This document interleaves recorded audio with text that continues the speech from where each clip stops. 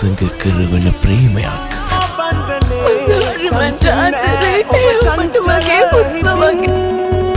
වෛරයෙන් කැකෑරුණ ජීවිතයක්. මේ මොහොතේ පටන් සටන ආරම්භ වෙනවා. එහි අවසාන පරිච්ඡේදය ලියවෙන විට දඬුවම් ලැබිය යුතු සියල්ලන්ටම දඬුවම් ලැබේ. ආදරයක් වෛරයක් අතර හිස් තැනක් නැති කතාවක්.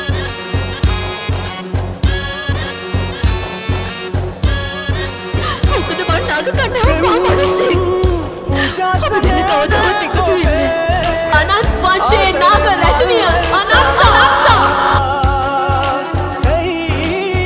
පලිගන්න හිත වියරුවෙන් මිරිඟුවක් සේ තන තනා ප්‍රේම තඩය